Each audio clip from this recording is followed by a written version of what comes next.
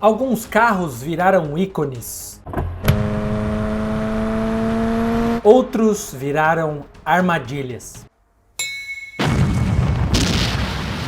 Por trás do brilho das propagandas e dos slogans cheios de promessas, existe um lado obscuro da indústria automotiva que quase nunca vem à tona. Um lado feito de explosões em testes, sabotagens internas, softwares ilegais e decisões friamente calculadas que custaram vidas. Você já ouviu falar de carros que explodiam em impactos de apenas 40 km por hora, mas mesmo assim continuaram à venda porque o recall seria caro demais? Ou de modelos que enganavam governos com sistemas eletrônicos secretos, vendendo a imagem de veículos limpos enquanto, na prática, poluíam como centenas de carros juntos? E que tal aquele hatch da Mercedes que simplesmente capotava em manobras de desvio, quase afundando o prestígio de uma marca centenária? Essas histórias não são lendas urbanas, são capítulos reais da história automotiva que as montadoras fizeram de tudo para esconder. Elas foram enterradas sob campanhas milionárias, tapetes vermelhos, em salões do automóvel pelo mundo e comerciais que vendiam confiança, onde na verdade se havia risco. Hoje você vai conhecer os escândalos que mancharam as gigantes, os segredos que nunca apareceram nas propagandas e as decisões que provaram que, às vezes, o perigo não está na estrada, mas sim na ganância de quem coloca esses carros no mercado. Iceberg automotivo. O pinto de fogo. O roteirista me sacaneou. Eu sou malandrão, João. Nos anos 70, o mercado americano de compactos era dominado por modelos japoneses econômicos e confiáveis, como o Toyota Corolla e o Honda Civic. A Ford, pressionada por prazos e pela necessidade de competir nesse segmento em expansão, desenvolveu o Pinto em tempo recorde, apenas 25 meses, contra os 43 habituais para um novo carro. Essa pressa, no entanto, teve um alto custo. Durante os testes de impacto, engenheiros descobriram que, em colisões traseiras a apenas 40 km por hora, o tanque de combustível do Pinto podia romper-se com facilidade. A localização do tanque, atrás do eixo traseiro e sem proteção estrutural adequada, fazia com que os parafusos e bordas afiadas da estrutura perfurassem o reservatório. O resultado? Em alguns casos, era incêndio quase imediato. O mais chocante foi a decisão da Ford diante do problema. Documentos internos, conhecidos como Pinto Memo, mostraram que, em discussões regulatórias, a Ford avaliou o custo de reforçar a segurança contra o custo de possíveis indenizações. Uma análise feita de forma geral para a indústria, mas que acabou sendo associado diretamente ao caso do Pinto. O custo estimado para corrigir cada carro era de cerca de $11.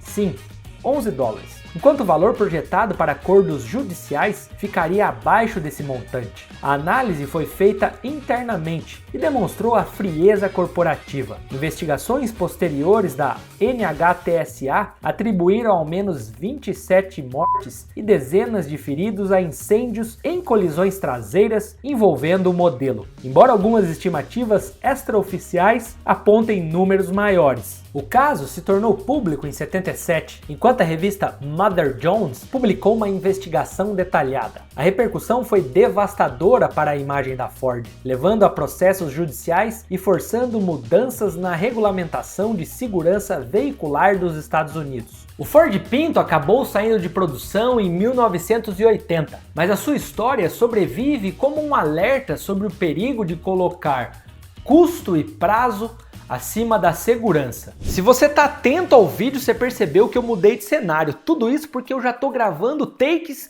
de um outro vídeo e esqueci de comentar da Born Too Fast. Vocês sabem que eu poderia ficar aqui lendo o roteiro, falando sobre a marca, mas eu sei que vocês não gostam disso, que vocês gostam de autenticidade, principalmente de qualidade, que é o que esse canal sempre procura fazer e também está refletido na nossa marca de camisetas, a Born Too Fast. Eu queria te pedir apenas uma coisa, meu querido. Dê um voto de confiança para nós e clique no link da descrição, que lá você vai encontrar 3 modelos e eu tenho certeza que pelo menos uma delas vai te agradar, e se você adquirir, você vai estar dando uma moral enorme tanto para o canal quanto para esse novo projeto, onde a gente quer inspirar você a viajar mais, ter um lifestyle diferente e ainda assim carregar sua paixão por velocidade usando algo bom, com preço justo e que vai te deixar no estilão, ó. Essa aqui tá rodando o mundo, se você tá assistindo nossos vídeos, você já se ligou. Então, link na descrição. O episódio ajudou a consolidar o conceito de análise de risco, não apenas como ferramenta financeira, mas um dilema ético. Lembrando que decisões técnicas têm consequências humanas. O escândalo Dieselgate.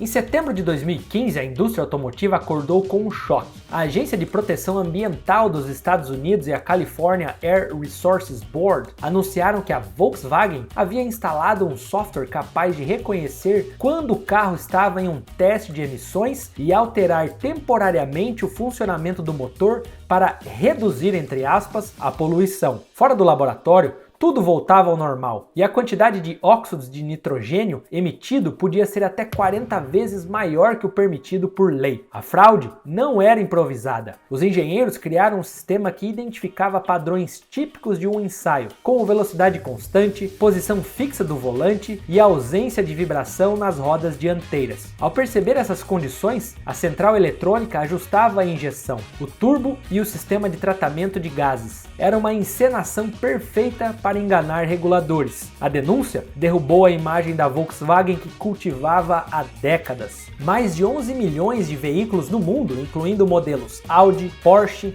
Seat e Skoda, estavam equipados com o dispositivo. Nos Estados Unidos, a multa inicial ultrapassou 4,3 bilhões de dólares e os processos criminais levaram à prisão de executivos como Oliver Schmidt. Martin Winterkorn, então CEO, deixou o cargo dias depois, negando ter conhecimento direto do esquema. O escândalo rapidamente mostrou que a Volkswagen não era a única a manipular testes. Investigações na Europa e na Ásia apontaram práticas semelhantes em marcas como Fiat Chrysler, Renault e Mercedes-Benz. A diferença é que a Volkswagen foi quem teve o castelo de vidro quebrado diante de todo o mundo. O impacto foi sentido muito além do mundo automotivo. Governos endureceram leis de emissões, consumidores passaram a desconfiar do clean diesel e a eletrificação ganhou força na Europa. A expressão Dieselgate deixou de ser apenas um nome de caso e se tornou um marco de como uma engenharia brilhante pode ser usado para burlar as regras e de como um truque de software foi capaz de arranhar para sempre a reputação de uma das maiores fabricantes do planeta. Moose Test. Na Suécia, estradas cortam florestas onde o risco de encontrar um alce é tão real quanto a neve no inverno. Um animal desses, com mais de meia tonelada, pode surgir de repente. Para reproduzir essa situação, engenheiros suecos desenvolveram o Moose Test, uma manobra brusca de desvio e retorno à trajetória, feita em alta velocidade, que expõe o equilíbrio do carro em condições extremas. Em 1997, esse teste deixou a Mercedes-Benz diante de um constrangimento global. O novo A-Class era usado para os padrões da marca. Primeiro modelo com tração dianteira e piso elevado, carroceria compacta, interior espaçoso e promessa de segurança exemplar. A Mercedes queria conquistar um público jovem e urbano, mas o teste da revista Technikens World mostrou que havia um problema grave. Ao ser submetido à manobra, o carro perdeu estabilidade, levantou as rodas e capotou. As imagens se espalharam pela Europa em questão de dias. Para uma marca que havia construído sua reputação em cima de segurança e engenharia, ver um lançamento desses tombar em um teste público foi um golpe que a fabricante não esperava. A reação foi imediata. Suspensão de vendas, recall de todas as unidades entregues e redesenho emergencial da suspensão. Os engenheiros rebaixaram o centro de gravidade, recalibraram molas e amortecedores e, de forma inédita para o segmento, adicionaram controle eletrônico de estabilidade como item de série. O investimento custou centenas de milhões de euros e atrasou a retomada das vendas, mas salvou a credibilidade do projeto. O episódio também mudou a indústria. O ESP, antes restrito a modelos caros, passou a ser considerado essencial. Fabricantes no mundo todo incorporaram o teste de evasão a seus protocolos de desenvolvimento. Corrigido, o A-Class ou o famoso Classe A se tornou um sucesso, vendendo mais de 1,1 milhão de unidades na primeira geração, mas é o Mercedes mais horrível que eu já vi. Ainda assim, para os engenheiros da Mercedes, aquele dia na pista sueca permanece uma lembrança e lembrete de que um erro de projeto pode arranhar décadas de prestígio e que, no mundo automotivo, nenhum nome é grande o bastante para ignorar um teste que simula um simples desvio na estrada. Fiat comunista. No auge da Guerra Fria, quando a Europa estava dividida por ideologias e barreiras políticas, a Fiat encontrou um caminho para atravessar a cortina de ferro sem disparar um único tiro. Enquanto governos discutiam tratados e embargos, a fabricante italiana negociava diretamente com estados socialistas, oferecendo aquilo que eles mais precisavam: tecnologia, infraestrutura e know-how para produzir automóveis modernos em grande escala. O acordo mais famoso foi assinado em 66 com a União Soviética. O governo soviético queria um carro popular robusto, capaz de enfrentar estradas precárias, combustíveis de baixa qualidade e invernos rigorosos. A Fiat ofereceu o 124 como base, mas adaptado para o novo ambiente. A parceria incluiu algo inédito: a construção de uma cidade industrial inteira às margens do rio Volga, batizado de Togliatti, em homenagem ao líder comunista italiano Palmiro Togliatti. A fábrica da VAZ se tornou um dos maiores complexos automotivos do mundo. O modelo inicial, VAZ 2101, manteve a essência do Fiat 124, mas recebeu aço mais espesso para resistir à corrosão, suspensão reforçado para suportar buracos e desníveis e ajustes no motor para lidar com gasolina de baixa octanagem. Até as fechaduras foram redesenhadas para não congelarem no inverno. O sucesso foi estrondoso. Estima-se que mais de 17 milhões de ladas derivados dessa plataforma tenham sido fabricados, abastecendo não só a União Soviética, mas também países do Bloco Oriental e mercados de exportação na Europa e na América Latina. O 2101 e suas variações tornaram-se um símbolo de mobilidade acessível e durabilidade, comparável ao que o Fusca representou no Ocidente. A estratégia se replicou. Na Polônia, a FSO produzia o Polski Fiat 125P, sob licença, adaptado para o mercado local e também exportado. Na Iugoslávia, a Zastava montava o Fiat 128, que daria origem ao Yugo, vendido exclusivamente nos Estados Unidos. Na Bulgária, pequenos lotes de Fiat 850 e 124 foram montados para atender a demanda interna. Para a Fiat, os benefícios eram claros: recebia pagamentos em moeda forte, petróleo e matérias-primas, fortalecendo suas finanças e ampliando sua influência global. Para os países socialistas, significava acesso à tecnologia atualizada e a chance de construir uma indústria automotiva moderna, sem depender de rivais ideológicos. Essa ponte comercial sobreviveu até o colapso da União Soviética. Hoje, muitos desses carros ainda circulam, alguns preservados como relíquias históricas, outros resistindo como meio de transporte em áreas rurais. O Chrysler Airflow. Na década de 30, quando o design automotivo ainda era dominado por formas quadradas e carrocerias montadas sobre chassis separados, a Chrysler decidiu desafiar todos os padrões da época. Inspirados pelos avanços da aeronáutica e pela busca de maior eficiência, os engenheiros Carl Breer, Fred Zeder e Owen Skelton iniciaram um projeto radical. O resultado foi o Chrysler Airflow, o primeiro carro americano produzido em série com atenção real à aerodinâmica. O Airflow foi concebido em túnel de vento, algo comum na aviação, mas quase inexistente no setor automotivo na época. Sua carroceria unibody aumentava a rigidez estrutural e reduzia peso, enquanto o motor foi deslocado para frente e a cabine avançou sobre o eixo dianteiro, criando mais espaço interno e distribuindo melhor o peso. Os paralamas e faróis eram integrados às linhas suaves e a traseira em formato de gota reduzia o arrasto aerodinâmico. Do ponto de vista técnico, o carro estava anos à frente dos rivais. Era mais estável em alta velocidade, oferecia maior conforto e tinha consumo mais eficiente. Foi oferecido também sob a marca DeSoto, compartilhando a mesma filosofia de inovação. Para provar sua durabilidade, unidades participaram de desafios de longa distância, incluindo a travessia dos Estados Unidos em tempo recorde, o que demonstrava desempenho confiável mesmo nas estradas irregulares da época. Mas o público não estava pronto para tamanha ruptura visual. Os compradores dos anos 30 viam automóveis como símbolos de status e tradição, e o desenho futurista do Airflow era considerado estranho estranho e até feio para muitos. A estreia foi recebida com frieza e as vendas despencaram em relação a modelos convencionais da Chrysler, forçando a marca a lançar versões mais conservadoras já no ano seguinte. Entre 1934 e 1937, a produção foi reduzida ano após ano, até o modelo ser descontinuado.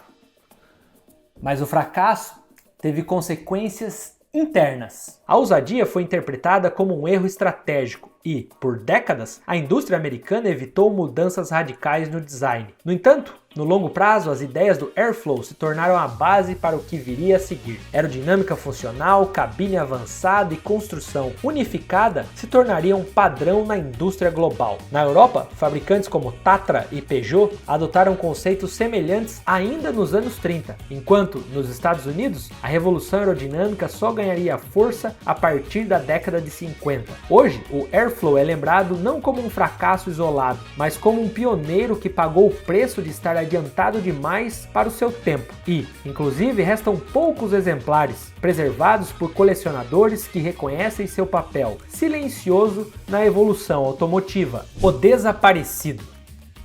Em meio à crescente preocupação com poluição e dependência do petróleo nos anos 90, a General Motors surpreendeu o mundo ao lançar um carro elétrico de verdade, o EV1. Diferente de protótipos experimentais ou veículos urbanos de baixa performance, o modelo tinha design futurista, aceleração comparável a esportivos da época e autonomia que, embora limitada, era suficiente para deslocamentos urbanos. Era o primeiro carro elétrico moderno produzido em série por uma grande fabricante. O projeto nasceu como resposta à lei de emissões da Califórnia, que exigia que parte da frota vendida fosse composta por veículos de emissão zero. A GM desenvolveu o EV1 com tecnologia de ponta, carroceria aerodinâmica em alumínio, coeficiente de arrasto de apenas 0,19, ainda hoje notável, e motores elétricos que garantiam a aceleração de 0 a 100 em cerca de 8 segundos. Na primeira geração, as baterias de chumbo ácido entregavam autonomia de aproximadamente 100 a 130 km. A segunda geração, com baterias de níquel hidreto metálico, chegou a oferecer entre 160 e 225 km. Números respeitáveis para a época. Os primeiros clientes ficaram impressionados. O carro era silencioso, ágil e transmitia a sensação de estar dirigindo no futuro. Mas havia um detalhe peculiar: o EV1 não estava à venda, apenas disponível em regime de leasing. Os condutores, em sua maioria da Califórnia e no Arizona, pagavam uma mensalidade, mas nunca poderiam se tornar proprietários do veículo. Apesar da boa recepção entre usuários, a GM alegava que o projeto não era viável financeiramente. Em 2003, de forma repentina, a empresa encerrou o programa. Todos os contratos de leasing foram cancelados e os carros recolhidos. A maioria foi enviada para destruição em pátios controlados pela própria fabricante. Pouquíssimos exemplares sobreviveram, todos desativados e doados a museus ou universidades, incapazes de rodar. O episódio levantou forte reação. Ex-usuários organizaram protestos acusando a GM de sabotar o futuro dos carros elétricos para proteger interesses ligados ao petróleo e às fabricantes tradicionais. O documentário Who Killed the Electric Car, lançado em 2006, ampliou a controvérsia ao sugerir que a pressão da indústria do petróleo e a falta de visão da própria GM enterraram uma tecnologia promissora. Com o passar dos anos, o modelo elétrico ganhou status de mártir. Muitos analistas consideram que, se tivesse recebido apoio contínuo, poderia ter acelerado em pelo menos uma década a popularização dos elétricos. Ironicamente, quase 20 anos depois, a própria GM se comprometeu em eletrificar toda a sua frota até 2035, o que eu duvido muito. Uma guinada que contrasta a decisão de eliminar o carro que poderia tê-la colocado na frente da revolução elétrica. Hoje, o EV1 é lembrado como símbolo de um futuro interrompido, uma lembrança de como interesses comerciais e decisões estratégicas por debaixo dos panos podem silenciar até mesmo as ideias mais inovadoras. Um nome proibido.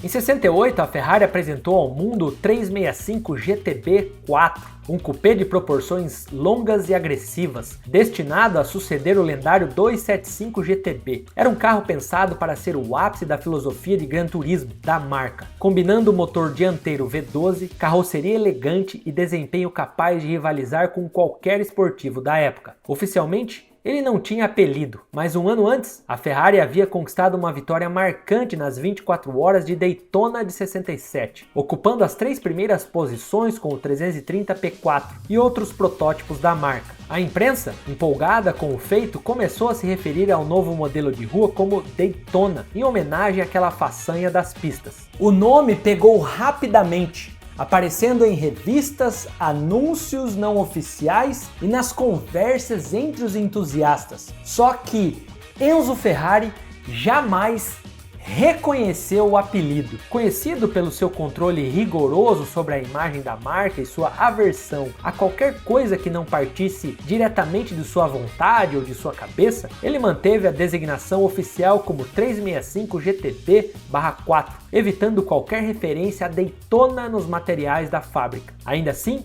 era tarde demais. O público havia adotado o nome e, com o tempo, ele se tornaria inseparável da identidade do carro. O design foi obra de Leonardo Fioravanti, da Pininfarina, que criou uma carroceria de linhas afiadas e perfil baixo, contrastando com as curvas mais suaves dos modelos anteriores. A frente longa abrigava um motor Colombo V12 de 4.4 litros, com 6 carburadores Weber e potência declarada de 352 cavalos, acoplado a uma transmissão manual de 5 marchas, montado no eixo traseiro para melhor distribuição de peso. O conjunto permitia aceleração de 0 a 100 em cerca de 5.4 segundos e velocidade máxima superior a 280 km por hora. Números impressionantes para a época e suficientes para colocá-lo entre os carros mais rápidos do mundo. A Daytona também se destacou pela robustez mecânica e pela capacidade de ser utilizado como um verdadeiro Grand Tour, capaz de cruzar longas distâncias com